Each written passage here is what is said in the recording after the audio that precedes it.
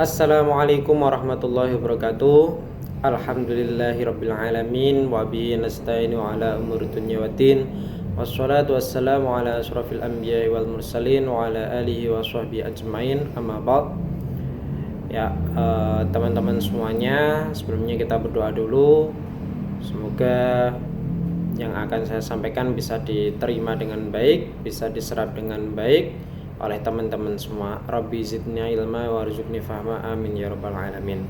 Ya teman-teman, setelah kemarin saya sampaikan kontrak perkuliahan, kemudian juga materi yang akan kita bahas selama satu semester, pada pertemuan kedua ini kita akan membahas tentang pengukuran, penilaian, dan evaluasi.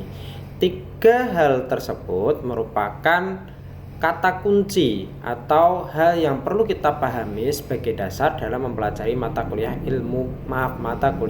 model penilaian kelas. Nah, saya sampaikan sebelum adanya KKNI dulu, mata kuliah ini biasanya diberi nama mata kuliah evaluasi pembelajaran. Ya, makanya ada istilah namanya pengukuran, penilaian, dan evaluasi. Sama halnya di dalam model penilaian kelas, kita perlu tahu dulu apa itu pengukuran, apa itu penilaian, dan apa itu evaluasi. Karena di dalam pedoman penilaian baik yang dikeluarkan dari Kemendikbud maupun Kementerian Agama pasti menyinggung tiga kata tersebut, yaitu terkait pengukuran, penilaian, dan evaluasi. Maka dari itu, sebelum kita mempelajari lebih jauh tentang model penilaian kelas, kita harus tahu dulu apa perbedaan antara pengukuran, penilaian, dan evaluasi serta hubungan ketiga hal tersebut. Nah, di sini nanti akan saya paparkan hal-hal tersebut. Oke, teman-teman ya. Jadi akan saya sampaikan terkait pengukuran, penilaian, dan evaluasi. Harapannya nanti teman-teman bisa menyimak dengan baik selama mungkin lebih dari 45 menit ya, hampir 1 jam nanti akan saya paparkan terkait materi tentang pengukuran, penilaian, dan evaluasi. Karena nanti akan saya contohkan sekaligus bagaimana penerapannya di dalam pembelajaran ya. Kemudian nanti teman-teman apabila ada pertanyaan silahkan ditanyakan. Oh ya, tambahan sedikit sebelum teman-teman lanjut, yang tadi belum presensi ya, saya sampaikan presensinya karena kemarin tidak bisa presensi, mulai minggu ini presensi ada di bawah deskripsi mata kuliah. Di situ ada presensi pembuka dan presensi penutup. Presensi pembuka dilaksanakan 30 menit pertama ya, dan presensi penutup dilaksanakan selama 15 menit, yaitu 10 menit di perkuliahan terakhir sampai dengan 5 menit setelah perkuliahan berakhir ya. Sesuai jamnya. Kalau jam kedua berarti presensi pembuka itu jam 8.40 sampai dengan jam 9.10. Kalau presensi penutupnya berarti jam 10.10 sampai dengan 10.25 ya. Itu jangan lupa karena presensinya 2 kali untuk memastikan teman-teman mengikuti perkuliahan dari awal sampai akhir ya. Dan kalau nanti salah satunya tidak presensi berarti teman-teman hanya mendapatkan poin 50% dari kehadiran. Oke, itu selanjutnya mari kita simak materi hari ini ya, terkait pengukuran, penilaian, dan evaluasi. Apa itu pengukuran, apa itu penilaian, dan apa itu evaluasi? Nah, di dalam materi kita hari ini, pengukuran, kita akan mengetahui terlebih dahulu apa itu pengukuran, apa itu penilaian, dan apa itu evaluasi. Nah, setelah kita tahu nanti kita akan membedakannya. Jadi kita klasifikasikan perbedaannya dan hubungannya apa. Karena tiga hal ini sangat erat kaitannya dan sering kita jumpai kata-kata ini hampir ada yang mengatakan sama ya. Jadi misalnya teman-teman di dalam melaksanakan evaluasi pembelajaran, teman-teman mengatakan kamu dapat nilai berapa, skormu berapa, kemudian hasil evaluasi pembelajarannya seperti apa. Nah, itu sering diucapkan, tapi hal tersebut itu memiliki perbedaan yang cukup signifikan karena tiga hal ini berbeda, tapi ada kaitannya. Ya, jadi sering kita jumpai ya, nilaiku 10, nilaiku 100, skorku 10, skorku 100. Nah, bedanya apa? Evaluasiku aku lulus, aku tidak lulus, nilaiku baik, nilaiku tidak baik. Nah, nanti akan kita kategorikan di situ. Nah, sebelumnya kita akan melihat dulu contoh secara umumnya. Jadi sehari-hari itu kita sudah menjumpai banyak sekali istilah tentang pengukuran, penilaian, dan evaluasi ini. Misalnya teman-teman di sini diberi pensil atau penggaris ya, pensil lah mungkin yang lebih mungkin sering teman-teman jumpai. Pensil, teman-teman di sini diberi pensil, yang satu itu ukurannya misalnya segini, yang satu ukurannya adalah segini, jadi 2 kalinya. Kira-kira teman-teman pilih yang mana? Nah, pilih yang mana kira-kira? Nah, oke, itu ya. Disimpan dulu jawabannya. Yang kedua, ketika teman-teman jalan-jalan, itu teman-teman ingin membeli durian atau durian ya. Nah, ketika teman-teman akan membeli durian, itu teman-teman sebagai pertimbangan untuk memilihnya itu apa? Untuk memilih yang bagus. Apakah baunya, apakah durinya, apakah tangkainya, apakah warnanya atau apanya? Ya. Itu disimpan. Yang terakhir, setelah tadi teman-teman memilih tadi untuk membeli durian, oh saya pilih berdasarkan ini. Nah saya memilih ini, tapi ternyata setelah saya buka rasanya tidak enak, atau mungkin pahit atau busuk. Nah kemudian apa kesimpulan dari teman-teman? Apakah teman-teman kemudian tidak akan membeli lagi di situ? Apakah teman-teman kemudian tidak menjadi patokan tentang aroma atau apa? Nah, oke. 3 hal ini, fenomena ini nanti akan kita klasifikasikan, kita kelompokkan mana yang termasuk pengukuran, mana yang termasuk penilaian, dan mana yang termasuk evaluasi. Ya, yang pertama terkait memilih pensil. Kalau teman-teman ditanya ini pensil segini dengan pensil segini, pasti teman-teman akan memilih yang segini. Kenapa? Karena lebih tahan lama. Ya, jadi karena lebih panjang tadi. Nah, cara mengetahuinya bagaimana? Oh, teman-teman mengambil penggaris kemudian diukur. Oh, teman-teman membandingkannya, ini yang segini, ini segini. Oh, ini setengahnya. Maka memilih yang panjang dengan asumsi akan lebih awet. Nah, proses inilah yang dinamakan mengukur. Kenapa dinamakan mengukur? Karena ada kuantitatifnya, mengkuantitatifkan. Karena menjadikannya skala angka, sentimeter, atau mungkin dengan perbandingan tadi, panjang. Nah, sehingga proses ini namanya mengukur pensil tadi, itu namanya proses mengukur. Kemudian ketika membeli durian, oh duriannya itu kalau pengalaman cerita orang itu adalah yang aromanya wangi, kemudian yang tangkainya basah, masih basah tidak kering, kemudian yang durinya jarang-jarang. Nah, teman-teman melihatnya, oh ini warnanya kekuningan, oh ini aromanya wangi, aromanya ini tidak tercium aroma sama sekali. Nah, teman-teman di sini adalah namanya proses menilai. Karena apa? Aroma itu tidak bisa diangkakan. Pak, berarti pengukuran dan penilaian itu berbeda dong. Nah, nanti memang berbeda, tapi ada kaitannya.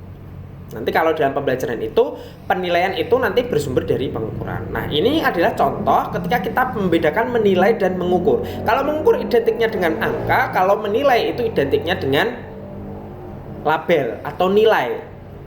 Wangi, tidak wangi, halus, tidak halus, kemudian basah, tidak basah. Nah, seperti itu. Itu namanya menilai. Jadi, menilai itu juga bisa dikatakan sebagai dari data pengukuran yang berupa angka tadi dideskripsikan atau dijadikan berupa kualitatif.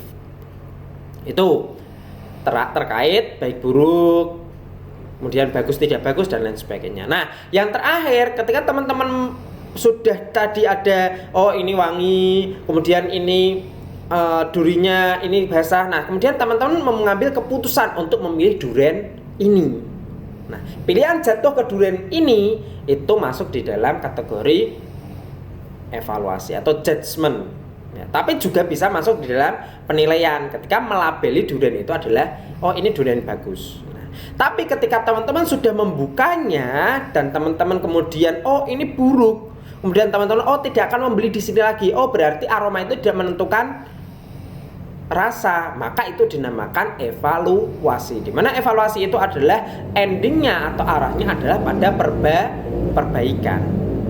Jadi evaluasi itu pengambilan keputusan yang kemudian berada perbaikan. Nanti apakah yang dilaksanakan itu dilanjutkan ataukah dihapuskan ataukah diperbaiki. Tuh ya. Nah, ini mengukur, ini menilai, ini mengambil keputusan atau mengevaluasi. Nah, sekarang sebelum kita masuk pada penerapan di dalam pembelajaran, kita pahami dulu satu persatu secara teoritisnya. Yang pertama pengukuran. Pengukuran itu apa? Pengukuran itu dikenal juga dengan measurement, ya, yaitu adalah identik dengan angka, skala, dan kuantitatif. Jadi ketika kita berbicara pengukuran itu identiknya dengan angka atau skala, sentimeter dan lain sebagainya. Kemudian bersifatnya adalah kuantitatif. Kuantitatif berarti adalah angka, mengangkakan. Nah, kemudian ada aturannya, ada formulanya dan ada standar bakunya. Ya, tadi sentimeter, oh ada standar bakunya, 1 cm pasti segini, nggak mungkin 1 cm akan berubah segini atau segini. Ya, itu namanya standar baku, ada formulanya, ada aturannya. Kemudian di dalam pendidikan, yang dimaksud dengan pengukuran adalah mendeskripsikan performance peserta didik dengan menggunakan suatu skala kuantitatif atau angka sedemikian rupa sehingga sifat kualitatif performance peserta didik tersebut dinyatakan dengan angka-angka. Maksudnya apa? Yaitu adalah mendeskripsikan performance peserta didik tadi menjadi kuantitatif, yaitu anak misalnya diminta untuk praktek sholat. Nah, praktek sholat itu kan tidak angka, ya, karena praktek sholat itu ya gerakan kemudian dilihat. Nah itu nanti dideskripsikan menjadi kuantitatif karena itu kan kualitatif gerakan.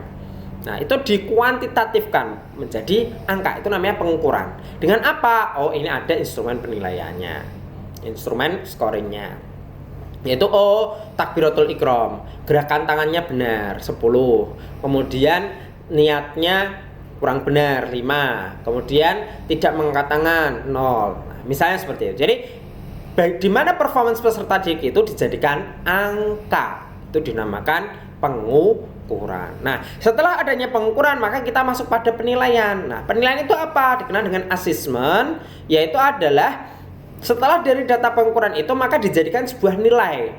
Nilai apa? Nilai dari suatu objek dikatakan baik atau buruk, efektif atau tidak efektif, berhasil atau tidak berhasil dan sebagainya. Pak, bukannya itu nanti juga masuk dalam judgement.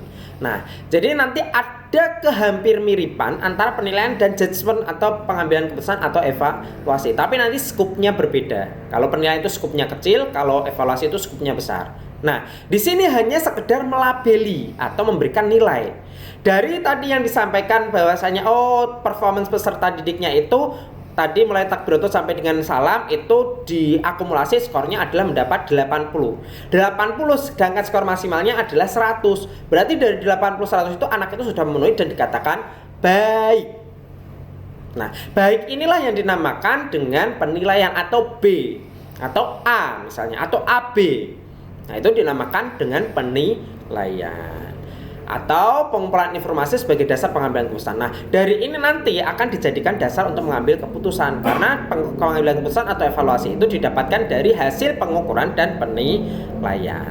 Nah dalam pendidikan dikenal juga dengan pengumpulan bukti yang menunjukkan pencapaian belajar peserta didik. Jadi pencapaian belajar seperti kalau evaluasi nanti adalah keberhasilan, kalau ini adalah pencapaian. Jadi pencapaiannya itu sudah baik atau belum, sudah berhasil atau belum, sudah efektif atau belum. Nah itu namanya assessment atau penilaian. Kemudian untuk evaluasi itu dikenal juga dengan evaluation atau judgment. Nah, di mana maknanya adalah pengambilan keputusan atau penentuan, menentukan.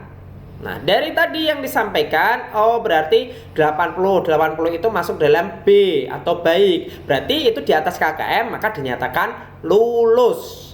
Nah, inilah pengambilan keputusan judgment bahwa anak ini lulus. Metode pembelajarannya berhasil, anak ini bisa mencapai memenuhi KKM. Nah, itu dinamakan dengan judgment atau evaluasi. Kalau di bawah KKM bagaimana? Berarti judgementnya adalah anak ini tidak lulus, berarti ada kegagalan. Maka akan dicari tahu kekurangannya di mana dan dilaksanakan perbaikan terhadap kekurangan tersebut. Apakah di peserta didiknya, apakah di metode yang digunakan guru, apakah di instrumennya, ataukah di dalam proses pembelajaran. Nah, adalah judgment terhadap keberhasilan suatu program, yaitu adalah keberhasilan dari tadi suatu proses kesatuan mulai dari perencanaan sampai dengan sampai dengan instrumen penilaian tadi itu mana yang cacat, maka dinamakan dengan judgment atau pengambilan keputusan, di mana itu tindak lanjutnya adalah evaluasi atau perbaikan. Nah, dalam konteks pembelajaran saya contohkan ya. Kalau pengukuran itu contohnya adalah yang kaitannya angka, berarti misalnya ada 8 soal. Anak menjawab benar itu 6. Nah, benar 6 ini yang namanya skor mentah. Nah, skor mentah inilah yang dinamakan dengan pengukuran. Ya, jadi pengukuran 6, skor mentahnya 6 ini karena betul 1 itu skornya 1, betul 2 betul 6 berarti skornya 6. Ya, kalau saya ditentukan satu soal kalau benar itu 2, berarti kalau benar 6 berarti skor mentahnya adalah 12. Ya, jadi skor mentah itu adalah skor yang didapatkan dari akumulasi tadi benarnya berapa.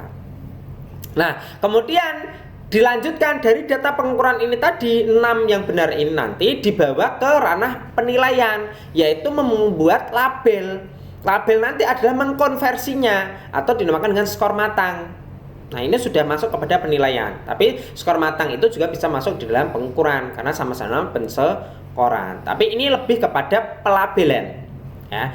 Misalnya adalah betul 6, soal ada 8, berarti kan maksimalnya ada 8. Berarti 6 dibagi 8. Kemudian konversinya berapa standarnya? Apakah 10, apakah 100? Kalau 100 berarti 6 bagi 8 dikalikan 100. Berarti dia mendapatkan nilai 75. Nah, kategori 100 sampai 75 ini kan namanya nilai. Karena apa? Walaupun berupa angka, tapi 75 itu sebagai perlambang bahwa anak ini adalah baik. Atau nanti dikonversi ada standarnya 75 itu masuk kategori baik atau B. Ya. Kalau teman-teman bingung, lebih mudah adalah intinya ketika angka itu adalah pengukuran, kalau nilai itu lebih kepada label baik atau B-nya. Kalau 75 bisa juga masuk di dalam pengukuran.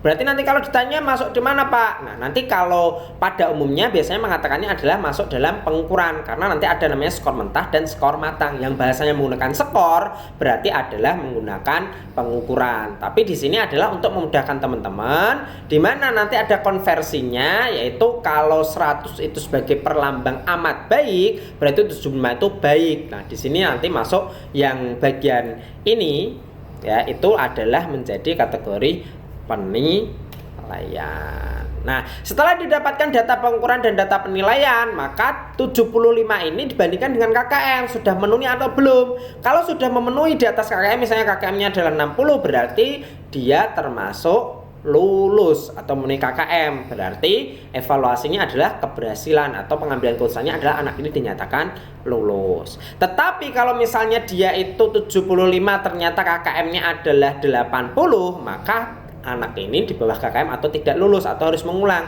Judgementnya tidak lulus, kemudian evaluasinya, judgement itu ya evaluasi, tapi tindak lanjutnya adalah perbaikan. Perbaikannya di mana? Maka akan dicari tahu apakah kesalahannya adalah di gurunya, di siswanya, di metodenya, di perencanaannya atau di prosesnya. Ya, nanti akan dibahas di dalam model-model evaluasi. Ada 3 kemungkinan ketika terjadi gagal. Atau dalam evaluasi itu ada 3 kemungkinan. Yang pertama adalah dilanjutkan ketika berhasil. Yang kedua dihapuskan ketika memang sangat fatal, atau diperbaiki ketika memang masih hanya sedikit yang kesalahannya. Itu namanya evaluasi. Kemudian selanjutnya yaitu hubungan antara pengukuran, penilaian, dan evaluasi. Kalau pengukuran itu adalah menghasilkan skor, nah dari pengukuran ini kemudian dibawa ke dalam penilaian, di mana dari skor itu dideskripsikan menjadi nilai, di mana menggambarkan perkembangan peserta didik tadi berhasil atau tidak berhasil, anak didik ini baik atau tidak baik. Dari tadi yang angka itu misalnya 80 termasuk oh baik. Kemudian dari pengukuran dan penilaian itu dibawa ke evaluasi, yaitu adalah pengambilan keputusan dari hasil pengukuran dan penilaian. Dari data pengukuran dan penilaian itu maka di judgement, mengambil keputusan membandingkan kalau menggunakan PAP atau patokan itu berarti nanti membandingkan dengan KKM, kalau PAN berarti norma yang ada di kelasnya. Oh, maka anak ini berhasil. Nah, Pak, apakah di dalam penilaian dan evaluasi itu misalnya penilaian itu tanpa pengukuran itu boleh? Apakah evaluasi tanpa penilaian dan pengukuran itu boleh? Kalau evaluasi memang sumbernya harus dari penilaian dan pengukuran atau penilaian, ya. Bisa penilaian itu tanpa pengukuran, tapi nanti ada salah satu prinsip dalam penilaian yaitu akurat itu tidak tercapai. Karena apa? Adanya pengukuran yang mendeskripsikan performance peserta didik menjadi angka itu menjadikan keakuratan sebuah penilaian itu semakin bagus. Karena apa? Semua aspek nanti akan diangkakan dengan standar baku atau objektivitasnya bisa dipertanggungjawabkan. Sehingga nanti penilaian itu membutuhkan namanya pengukuran, dan evaluasi itu sumbernya dari penilaian dan pengukuran. Kemudian tadi saya singgung bahwasanya ada yang mengatakan antara penilaian dan evaluasi itu hampir sama. Karena apa? Sama-sama ada pengambilan keputusan. Tapi skupnya berbeda atau ruang lingkupnya berbeda. Kalau penilaian tadi hanya pada satu komponen, yaitu nilai dari skor tadi itu dikatakan konversi menjadi baik atau tidak baik, diambil keputusan oh anak ini baik. Tapi kalau untuk evaluasi itu skupnya luas, yaitu bisa meranah pada gurunya, medianya, perencanaannya, pelaksanaannya, ataukah instrumennya, sehingga nanti akan ditemukan judgement itu kesalahannya di mana, yang perlu diperbaiki adalah di mana. Itu bedanya antara pengukuran, penilaian, dan evaluasi, dan hubungannya antara pengukuran, penilaian, dan evaluasi. Oke, kita kaji lagi. Nah, ini kelanjutannya. Ya, tadi sudah paham ya. Berarti pengukuran itu kaitannya dengan angka, penilaian itu adalah memberikan label atau nilai dari angka yang diperoleh tadi dari pengukuran. Kemudian evaluasi itu adalah pengambilan keputusan atau judgement dari data pengukuran dan penilaian, sehingga akan diketahui ketercapaian hasil pembelajaran itu seperti apa. Oke, selanjutnya adalah pengukuran. Kita kembali ke pengertian tadi ya, jadi kaitannya dengan angka. Karena identik dengan angka, maka kita akan mengklasifikasikan data pengukuran atau angka. Ada namanya data nominal, ada namanya data ordinal, ada namanya data interval, dan ada namanya data rasio. Kalau data nominal itu adalah data yang kaitannya dengan tidak bisa dijumlahkan atau berupa simbol. Misalnya adalah data nominal itu putra disimbolkan dengan 1, sedangkan putri disimbolkan dengan 2. Nah, bukan berarti putra ditambah putri sama dengan 3. Ya, bukan. Tapi di sini adalah putra itu 1, putri itu 2 sebagai labeling. Itu namanya data nominal. Yang kedua adalah data ordinal. Data ordinal itu adalah urutan, baik dari yang terendah ke yang tertinggi ataupun yang tertinggi ke yang terendah. Baik yang dari atas mau ke bawah atau bawah ke atas. Misalnya adalah apa? Misalnya adalah ranking. Ranking 1 sampai dengan ranking 10. Ranking 1 ke ranking 2 itu jaraknya sekian, ranking 2 ke 3 sekian. Jadi tidak bisa dijadikan patokan jarak antara ranking itu sekian. Tidak, tapi masing-masing itu berbeda. Jadi data ordinal itu adalah urutan saja. Nah, itu. Kemudian kalau data interval itu adalah data yang tidak memiliki titik nol mutlak. Ya, tapi misalnya adalah jaraknya sama. Misalnya jarak antara 3 ke 5 itu 2. Jarak antara 5 ke 7 itu juga 2. Ya, maka tidak memiliki titik nol mutlak. Maksudnya apa? Yaitu jaraknya ini hanya jarak antara 2 ke 5 dan 5 ke 7. Itu sama-sama 2, tapi tidak memiliki titik nol mutlak. Karena apa? Jaraknya ini tidak berhenti. Itu. Kemudian kalau derajat, contohnya derajat juga sama, derajat Celcius, Fahrenheit ya. Jadi 0 derajat bukan 0 derajat ya. Berapa misalnya 30 derajat Celcius berarti sama dengan sekian derajat Fahrenheit. 100 derajat Celcius berarti sekian derajat Reaumur. Nah, tidak ada titik nol mutlaknya. Ya nanti akan ketemu skalanya masing-masing dari Celcius, Fahrenheit, dan Reaumur. Kemudian juga ini kalau dalam pembelajaran contohnya adalah si A itu nilainya 80, si B itu nilainya 40 atau skor ya. A itu skornya 80, B itu skornya 40. Tapi tidak bisa dikatakan bahwa kecerdasan si A itu adalah 2 kali kecerdasan si B. Jadi tidak bisa menggambarkan seperti itu karena tidak memiliki titik nol mutlak. Bukan berarti tidak punya kecerdasan kalau 0 ya. Itu tidak bisa menggambarkan. Makanya hal ini jarak, kemudian derajat, kemudian nilai tadi itu tidak memiliki titik nol mutlak. Yang dalam hal ini ya. Kemudian kalau data rasio kecerdasan maksud saya. Nah, data rasio itu hampir sama dengan interval tapi memiliki titik nol mutlak. Yaitu adalah misalnya diam dan berlari atau kecepatan. Ya, diam itu ya pasti 0 km per jam, berlari berapa kilometer per jam. Ya. Kemudian hasil dan tidak hasil berarti tidak dikerjakan dan dikerjakan. Tidak dikerjakan berarti 0. Kemudian misalnya adalah berat 0 kg dengan berat 10 kg. Itu nolnya mutlak karena memang di timbangan nanti muncul 0. Nah, tapi kalau jarak tadi enggak, karena sama-sama 2. Kalau tidak berjarak kan beda lagi. Ya. Itu jadi jarak yang sama tadi itu tapi tidak menjadikan titik nol mutlak. Lebih mudahnya adalah kalau nominal itu adalah labeling, ordinal itu urutan, interval itu tidak memiliki titik nol mutlak, kalau rasio itu memiliki titik nol mutlak atau ada nolnya. Berhenti itu berarti nol. Tuh. Kemudian selanjutnya penilaian. Nah, tadi kita itu sekedar tambahan yang tadi terkait data ya. Nah, tapi nanti kita berfokus pada skor mentah dan skor matang kalau kita kaitannya dengan pengukuran. Kemudian penilaian, assessment, yaitu nilai suatu objek tadi sudah saya bahas. Nah, kaitannya dengan mendeskripsikan atau memberikan nilai. Ya, memberikan nilai di mana dalam penilaian itu memiliki beberapa prinsip. Nah, prinsip penilaian itu ada banyak sebenarnya, tapi nanti saya singgung beberapa saja karena nanti di dalam prinsip dan acuan penilaian nanti akan dibahas lebih detail. Ya, prinsip penilaian yang pertama adalah akurat. Tadi sudah saya singgung, bahasanya dalam penilaian itu harus mengandung kesalahan sekecil mungkin, jangan sampai ada kesalahan yang fatal. Makanya perlu adanya data dari pengukuran dalam melaksanakan penilaian, baik itu kognitif, afektif maupun psikomotorik. Sikap, contoh ya, kalau kita membayangkan sikap berarti kan dinilai, tapi sikap itu juga bisa diukur. Karena apa? Nanti menggunakan namanya angket, yaitu nanti akhirnya mencetuskan yang namanya skala. Ya. Nah, akurat ini nanti akan menunjang kesignifikasian atau signifikannya sebuah penilaian. Jadi dengan data pengukuran tadi yang mendetail, maka akan menghasilkan penilaian yang lebih akurat. Kemudian yang kedua, ekonomis. Ekonomis ini tidak hanya kaitannya dengan anggaran, tapi ekonomis ini juga mudah dilakukan, terjangkau. Pokoknya serba yang kaitannya dengan ekonomis, mudah, simple. Nah, itu namanya ekonomis. Jadi kalau menyusahkan ya lebih baik jangan digunakan. Penilaian itu harus mudah, bisa dilakukan baik oleh seorang pendidik maupun peserta didik dan bisa dijangkau baik dari segi harga maupun aksesnya. Kemudian yang ketiga adalah mendorong peningkatan kualitas pembelajaran. Nah, ini prinsip yang paling penting, yaitu adalah di mana penilaian itu bukan mengedonkan semangat untuk memperbaiki pembelajaran, tapi harus meningkatkan terhadap kualitas pembelajaran atau semangat untuk meningkatkan pembelajaran. Karena apa? Oh, berarti termotivasi untuk memperbaiki. Oh, saya mendapatkan ini. Oh, ada stimulus. Besok itu ulangan menggunakan aplikasi apa? Quizzes. Maka saya semangat ya untuk mempersiapkan biar saya bisa berkompetisi atau mungkin ada rewardnya. Nah, itu nanti sehingga dalam penilaian ini akan memancing anak untuk meningkatkan proses pembelajarannya atau lebih serius dalam pembelajaran.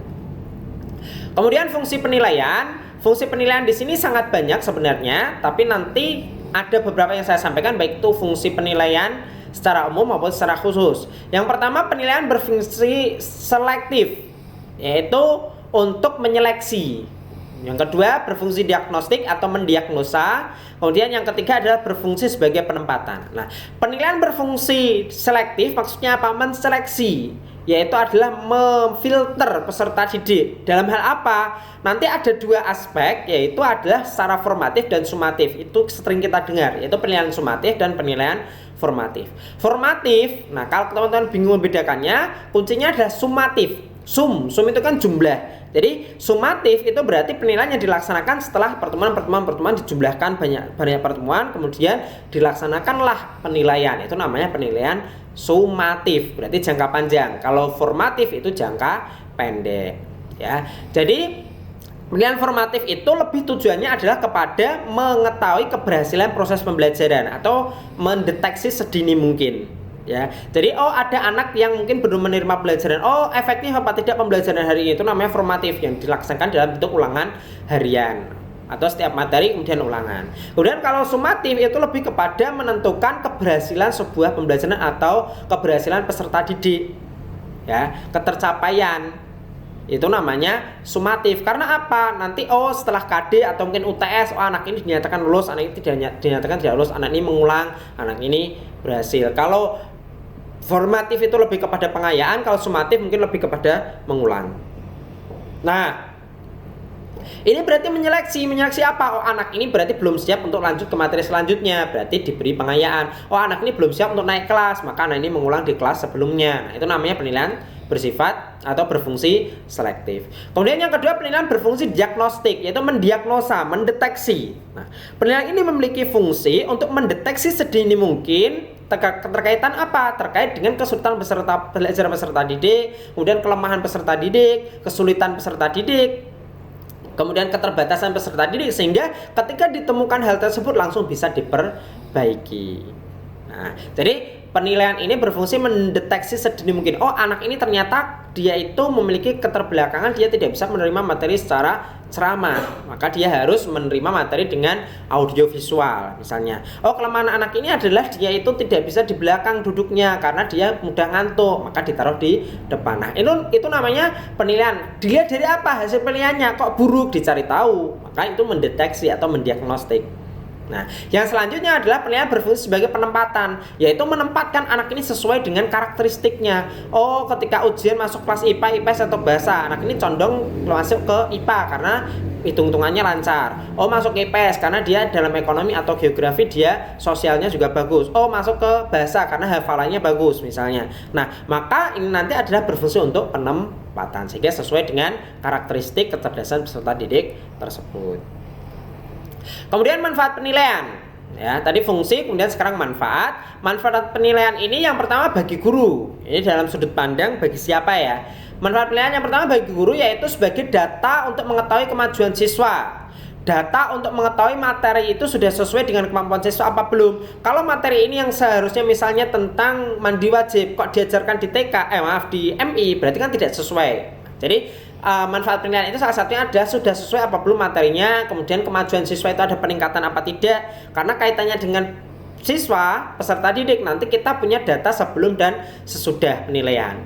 Kemudian kesesuaian metode mengajar, oh saya menggunakan metode ini, dengan metode ini anak itu lebih condong, lebih aktif dan hasil penilaiannya bagus itu ketika menggunakan metode ini. Kemudian dasar pelaporan kehadap orang tua dan lembaga. Dengan adanya data yang valid tadi, akurat tadi, maka data penilaian itu nanti bisa dijadikan standar. Oh, ini dilaporkan kepada guru kelas selanjutnya juga. Sehingga guru kelas selanjutnya itu sudah ada data terkait perkembangan peserta didik, standar karakteristik peserta didik seperti apa, kemampuan peserta didik itu seperti apa, itu bisa dilanjutkan ke kelas atau jenjang selanjutnya.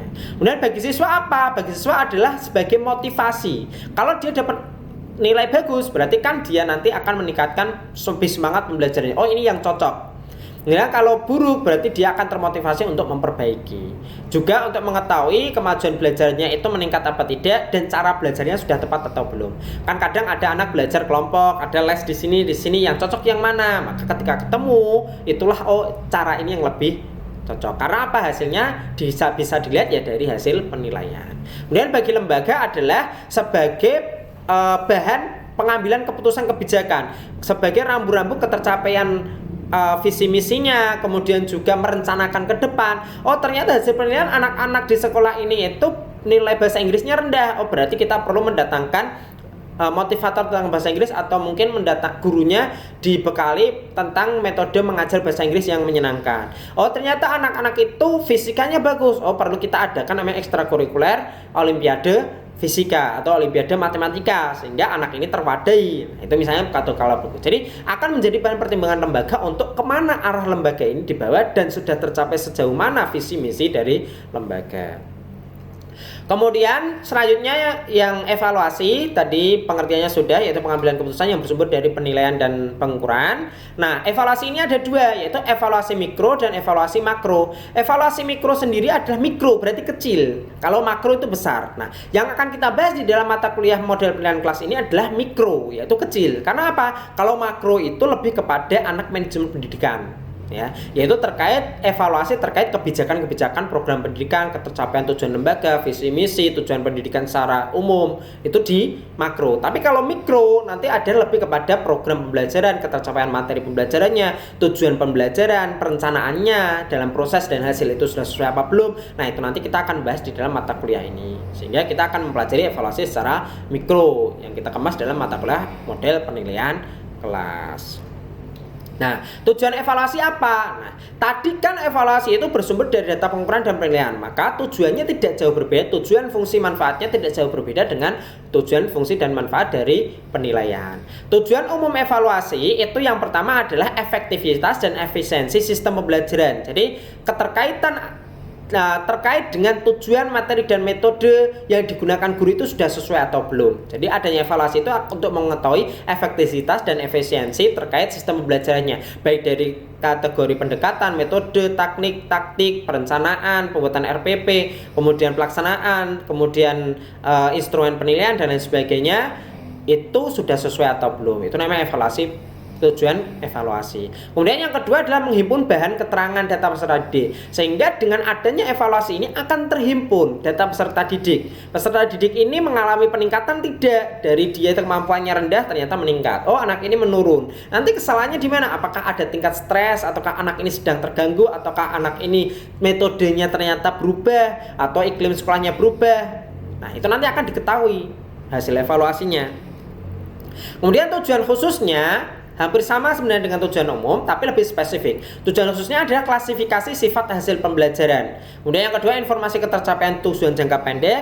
Kemudian masukan untuk kebijakan kemajuan pembelajaran ke depan itu seperti apa, informasi kesulitan dalam pembelajaran, memilih pengalaman pembelajaran yang mendatang. Jadi hampir sama, terkemas di dalam dua tujuan umum ini, tapi dipecah. Misalnya ada informasi kesulitan dalam pembelajaran, itu kan kaitannya dengan data atau keterangan peserta didik. Anak ini punya kekurangan apa, kelemahannya apa, sistem belajar yang cocok itu apa, kemudian juga tercapai apa tidak, terkait dengan efektivitas efisiensi sistem pembelajaran itu kaitannya dengan tujuan jangka pendeknya tercapai apa tidak, perencanaannya tercapai apa tidak, kemudian pendekatannya sesuai apa tidak, metode dan lain sebagainya itu sesuai apa tidak. Nah, itulah tujuan dari evaluasi, yaitu mengetahui secara detail baik dari sisi guru maupun dari sisi peserta didik, termasuk iklim pembelajaran.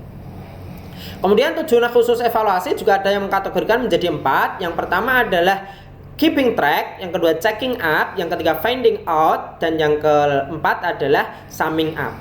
Yang pertama keeping track. Nah, keeping track, keep yaitu menjaga, ya, keeping track, trackingnya, ya, lebih ke trackingnya.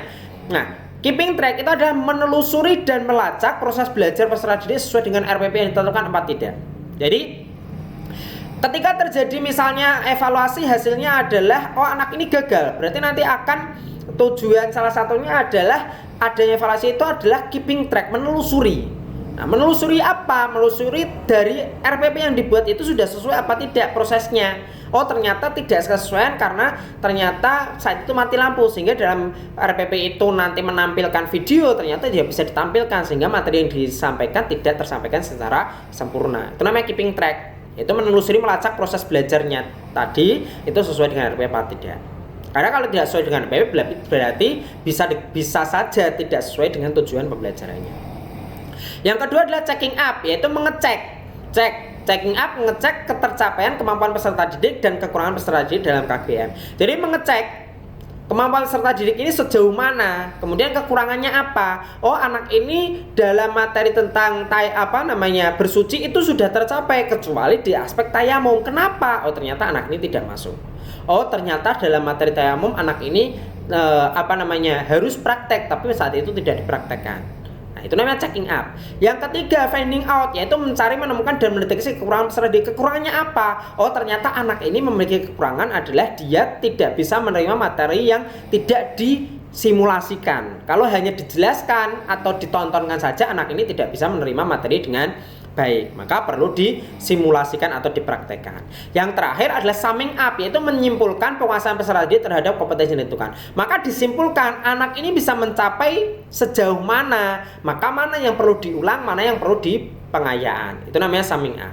Sehingga tujuan khusus evaluasi itu mulai dari tadi data peserta didik, baik kekurangan, kemudian terkait dengan perencanaan sistem pembelajaran tadi secara keseluruhan dan menyimpulkan ketercapaiannya, kekurangannya di mana, itu adalah bentuk dari tujuan evaluasi secara khusus. Kemudian fungsi umum evaluasi.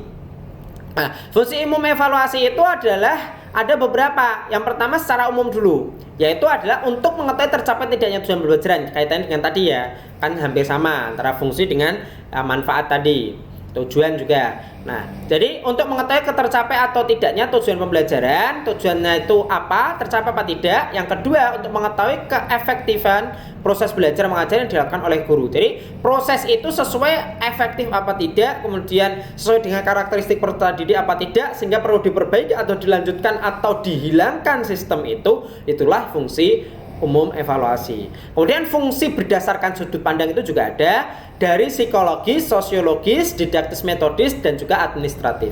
Secara psikologis, adanya evaluasi itu berfungsi untuk memberikan dari hasil belajar itu akan memberikan kepuasan, ketenangan, baik itu bagi guru maupun bagi peserta didik. Karena bagi guru itu, oh berarti saya sudah bisa mencapai berhasil menyampaikan materi. Oh bagi siswa berarti saya sudah bisa mencapai materi tersebut. Secara sosiologis, mengetahui peserta didik itu siap terjun di masyarakat apa tidak. Maksudnya apa? Peserta didik ini sudah siap tidak untuk bersinggungan dengan masyarakat ketika sudah mencapai materi ini. Oh sudah tentang misalnya tentang toharoh, berarti anak ini sudah bisa. Maka secara sosiologis ini berarti dia siap untuk mempraktekannya di masyarakat, bahkan mengajarkan kepada masyarakat, memberikan contoh. Kemudian juga secara sosiologis, evaluasi, ini saya singgung sedikit terkait evaluasi dan juga pembelajaran ya. Kenapa kok di dalam evaluasi misalnya semua peserta didik itu harus belajar matematika, fisika dan lain sebagainya dan diberi ulangan? Padahal anak ini mungkin cenderung kecerdasannya adalah ke musik. Nah, kenapa tidak pembelajarannya itu hanya mengikuti, ya sudah dia biar belajar musik, gak usah belajar matematika, toh juga tidak digunakan misalnya teori-teori fisika dan lain sebagainya. Nah, secara sosiologis sebenarnya hal ini bukan menekankan pada nanti digunakan apa tidak ilmunya, tapi adalah proses ini menekankan pada anak itu nanti siap terjun ke masyarakat apa tidak secara sosiologisnya. Karena apa? Terjun di masyarakat itu kan tidak mungkin hanya hal yang kita sukai saja. Kalau kita suka musik ya di masyarakat hanya bermain musik saja kan enggak. Tapi di masyarakat nanti kita akan bertemu dengan masalah dan bagaimana kita menyelesaikan masalah tersebut, bukan menghindarinya, apalagi sampai menghabisi hidupnya karena tertekan akan masalah. Nah, disinilah titik adanya soal matematika, soal fisika dan sebagainya, evaluasi itu juga, pembelajaran juga yang mungkin dikatakan sulit bagi sebagian orang, tidak disukai, itu adalah titik di mana peserta didik itu diajari untuk memecahkan masalah, sehingga nanti kalau dia terjun di masyarakat itu sudah terbiasa menyelesaikan masalah, baik masalah yang dia sukai maupun masalah yang tidak dia sukai. Karena kita hidup di masyarakat itu tidak semua hal itu adalah hal yang kita sukai. Itu sedikit tambahan ya. Nah, ini buat pencerah teman-teman. Kenapa kok harus belajar semua mata pelajaran dan lain sebagainya.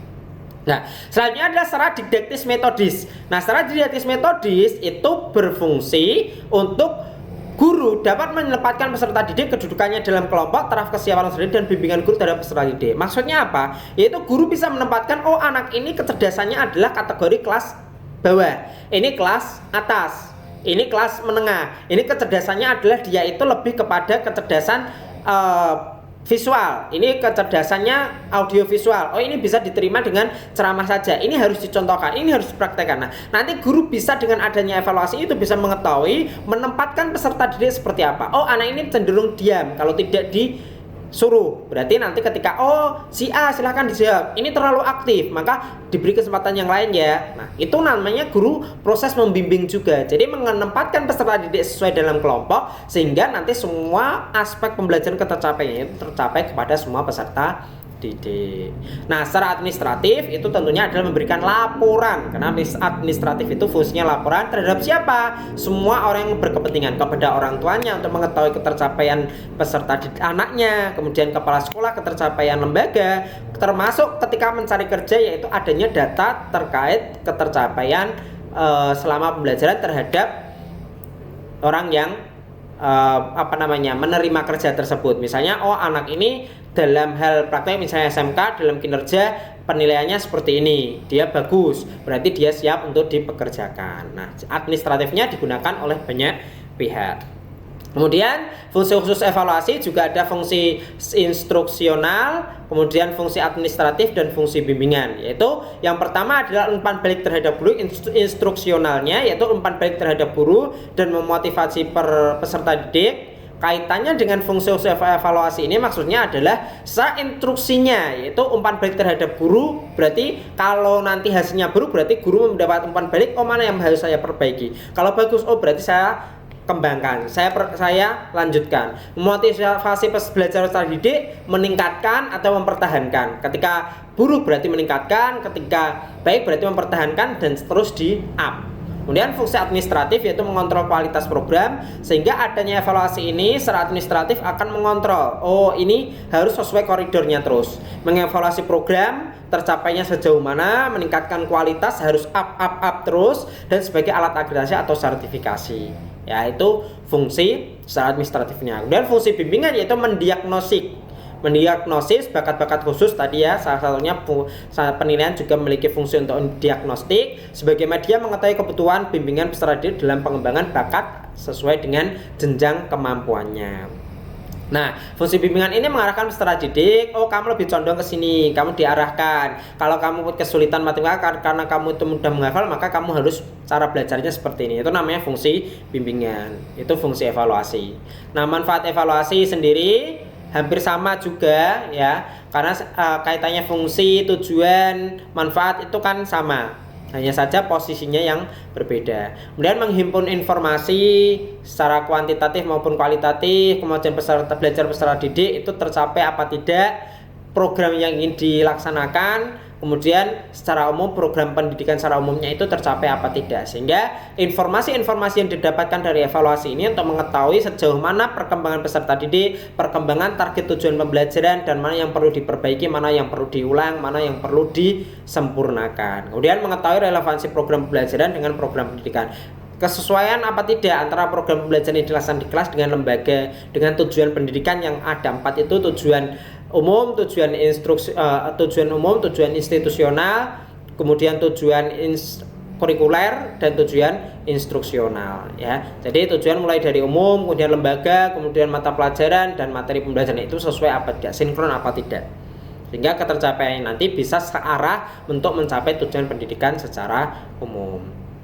Kemudian usaha perbaikan, penyesuaian, penyempurnaan program pembelajaran untuk tujuan sebaik-baiknya, sehingga dengan adanya kekurangan yang tadi 3 hal saya sampaikan, bahwasanya adanya evaluasi itu akan menghasilkan 3 aspek, apakah dilanjutkan, apakah dihapuskan, ataukah diperbaiki, sehingga untuk mencapai tujuan pendidikan atau tujuan pembelajaran yang dicapai sebaik-baiknya, sesempurnanya, itu dinamakan dengan manfaat evaluasi. Nah, di dalam evaluasi nanti objek kita ada 3, yaitu kaitan dengan kognitif, afektif, dan psikomotorik. Nah, 3 hal ini mungkin teman-teman pernah mendengar dalam mata kuliah ilmu pendidikan mungkin ya, terkait dengan taksonomi pendidikan, yaitu taksonominya Benjamin S. Bloom atau dikenal dengan taksonomi Bloom. Nah, 3 hal ini di dalam kurikulum 2013 itu nanti dikenal dengan namanya kompetensi inti, diklasifikasikan menjadi 4, yaitu KI1 sikap spiritual, KI2 sikap sosial itu dikenal dengan afektif, KI3 pengetahuan yaitu kognitif, dan KI4 keterampilan yaitu psikomotorik ya. Jadi teman-teman perlu memahami apa itu KI, yaitu kompetensi inti. Kompetensi inti itu adalah kompetensi yang